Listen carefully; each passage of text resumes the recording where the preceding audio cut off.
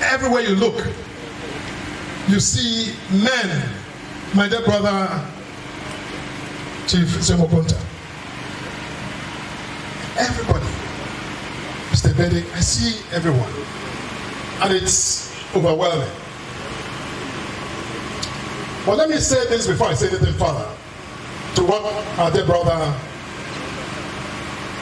Dr. Peterson, said. That all of this must count for something. It's got to count for something. You said it, and I agree with you. I see all of those members of our party who have been here, who have been tenacious, building this platform brick by brick, every day, even when it seemed hopeless, when it seemed like it was a mistake to belong to our party. They persevered. They were undaunted. They believed, like, highly religious people, by faith, that we will stand firm, and they stood firm. I thank all of you, because you made this day possible. Your tenacity, your grace, your refusal to be swayed by all the things swaying brought us here. In the unity that our chairman has said, we must celebrate. And we must now, going forward, build upon. Not for our sakes, because I see that, I want to assume that there's a reason some of us are here and others are here. Now, anyone who knows me knows that I am not a stickler for all of those hierarchical things. That's the reason from the day one, when my party were in a hurry to crown me leader of the party, as a lawyer, I stood and I objected vehemently. And I said, no, I am not leader, and I choose not to be leader, but I will be the chief servant of the party and the local government. Because it does nothing for me. It doesn't grow my hair. It doesn't make me taller to be called a leader. Who cares? But I want to be associated with what it is I do for the party. What it is I do for everyone. Whether you're seated here or there, I don't care.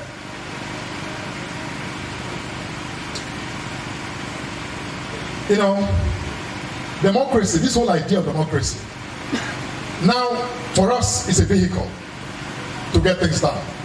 But actually, it wasn't supposed to be that.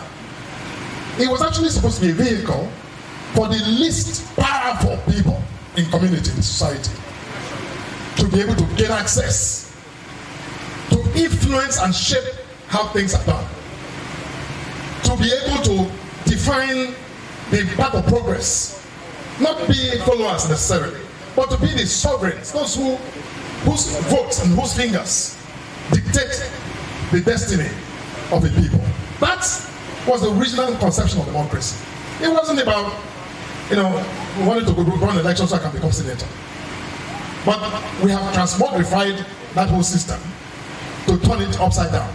And in the process, we get consumed by this other secondary activity to the neglect of what is important. I think that's what our brother was speaking to when he was saying that every opportunity that presents itself in the course of our governance and our democracy, we must harness first for the utmost benefit of the least amongst us, the weakest amongst us, the poorest amongst us, not the most powerful leaders. And you bought Coke for 50 naira. Didn't mean the economy was healthy. If I give you a loan today, and you have a loan in your pocket, 10 million naira, I bet you can go to the market and buy goat and buy cow and buy everything right now. Somebody who sees you buying it will say, wow, this guy has money. But actually, it's not your money, because that money has left you a hole that you must fill for you to stand tomorrow and live.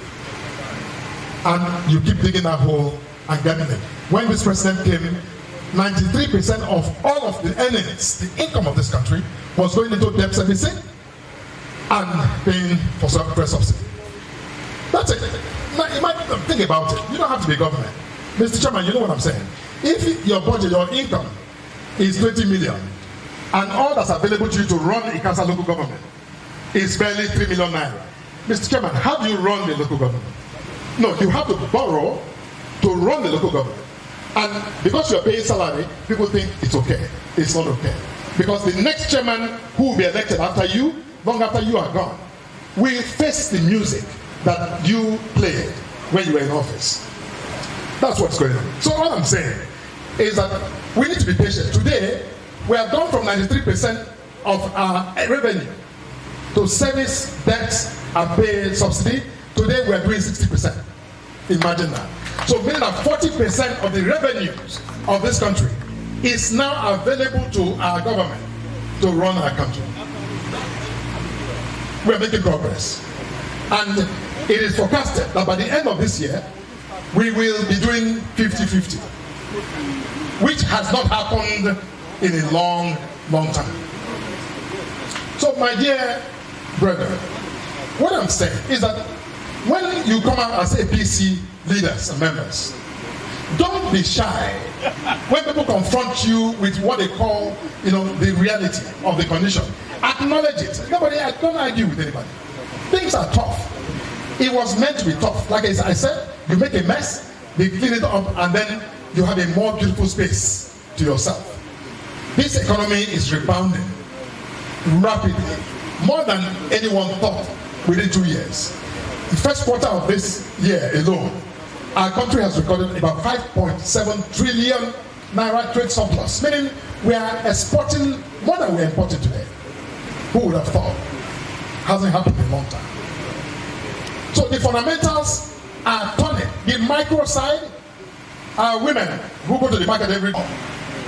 That we will be sitting, I think it was it the Honorable Commissioner who spoke and talked about it was our chairman who spoke about the meetings and the segregation we're seeing with our meetings. I want to lend my voice to that.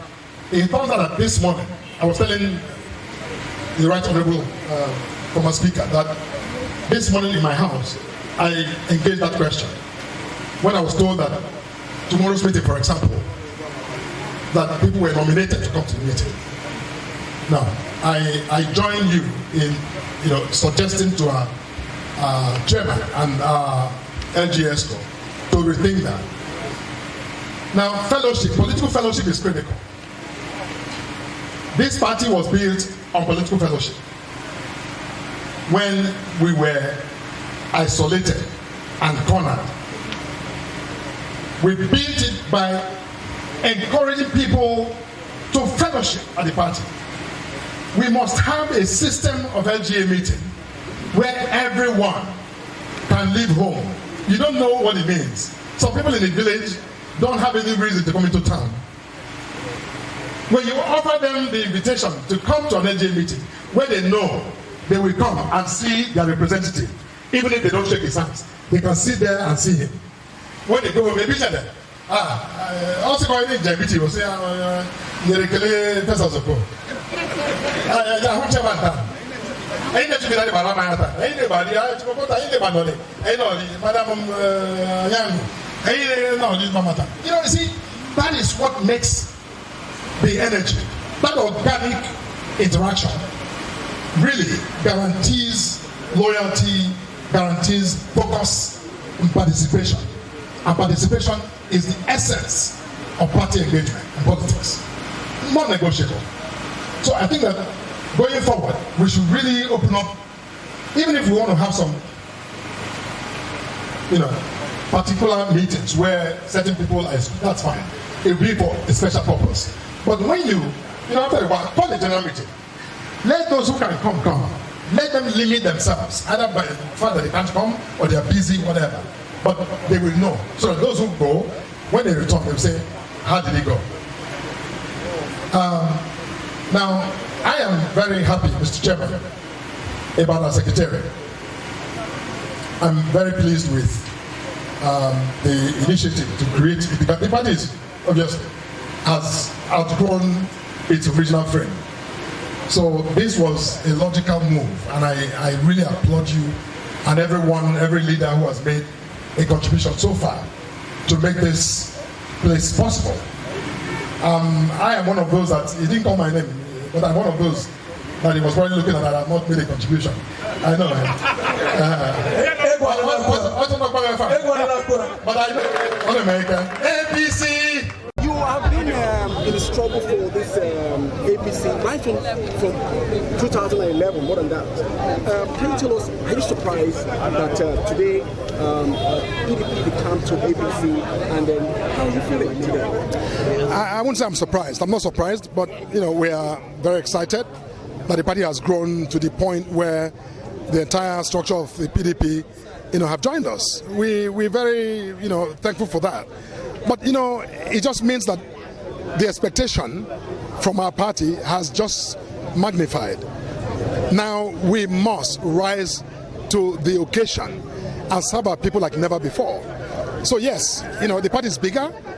At the same time, our responsibilities are bigger now, and we must justify the confidence our people have in us, more seriously now than ever.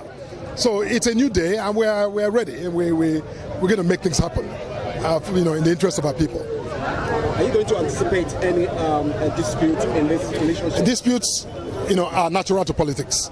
There's nothing exceptional about conflicts.